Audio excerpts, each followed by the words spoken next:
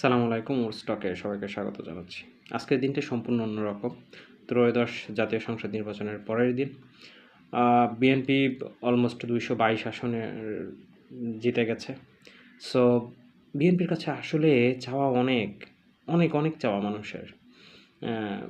আমি আম শিক্ষিত jobless person হিসাবে এখন পর্যন্ত চাইবো নিয়োগ পরীক্ষাগুলো যাতে কোনো ধরনের কারচুপি ছাড়া হয়, অর্থাৎ প্রশ্ন ফাঁস, ডিভাইস এই সব কিছু বাদ দিয়ে হয়।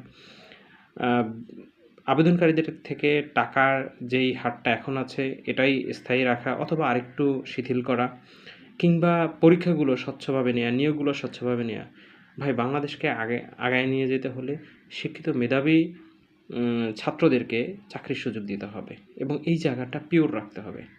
এছাড়া অর্থনৈতিক দিক উন্নয়ন ঘটানো এবং দুর্নীতি রোধ করা, তারপর আত্মীয়করণ করা, মানে যেই সব নেগেটিভ বিষয়গুলো আছে এগুলো অবশ্যই বাদ দিতে হবে। তো অনেক, অনেক প্রত্যাশা এবং শুভকামনা একই সাথে। সবাই ভালো থাকবেন, সুস্থ থাকবেন। বিএনপির প্রতি আবারও শুভকামনা।